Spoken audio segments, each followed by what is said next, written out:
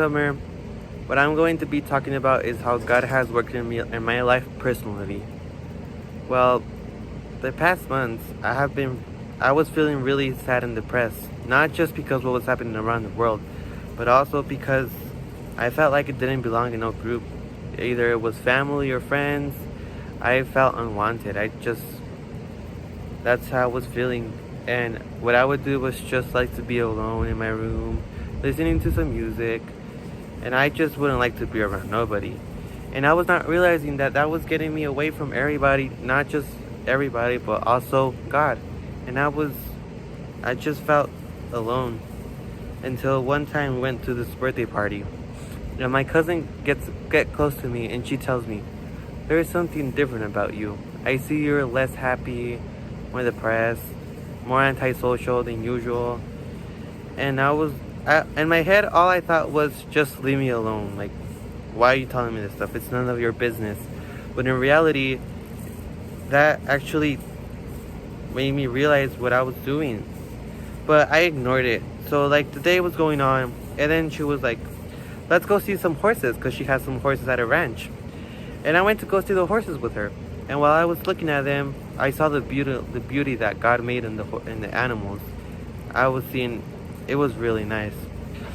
But then I felt something, someone I felt before, and it was God.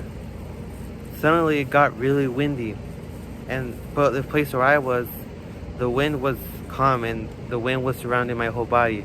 It was beautiful. So that made me realize that God never leaves you alone no matter what. He's always with you. He's holding on to you so tight, and He won't let go of you that easy. And then I remembered all that time that I wanted to be alone, He was with me. When I was in my room hearing to music, sad music, He was with me. When I felt like I didn't belong in the group, He was with me. He has held on to me so much. I love God. I love the way He is, the way He just holds on to you no matter what happens. And that's just how He's been working in me. But also, this is something similar that happened to me a long time ago. When I was in Mexico, I also felt like I didn't belong because I was the new kid. Everyone would just tell me stuff that go back to where you came from, like you don't even belong here. And I would feel so desperate and so sad. I needed a friend.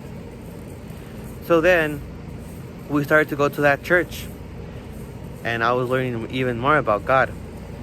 So when I was learning about Him, I was seeing the beauties He would make, and I wanted to know more about Him. I wanted to know who He was.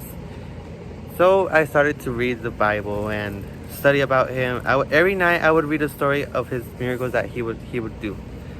So once the time got, 2 years passed, and I was still alone. I still felt alone over there in Mexico. I was in 6th grade.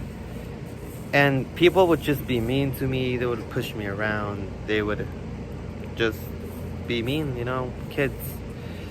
And then every time I would pass through them, because we had to get in the line, I would always pray in my head, "Please, God, don't leave me alone. Go with me. I'm scared to go."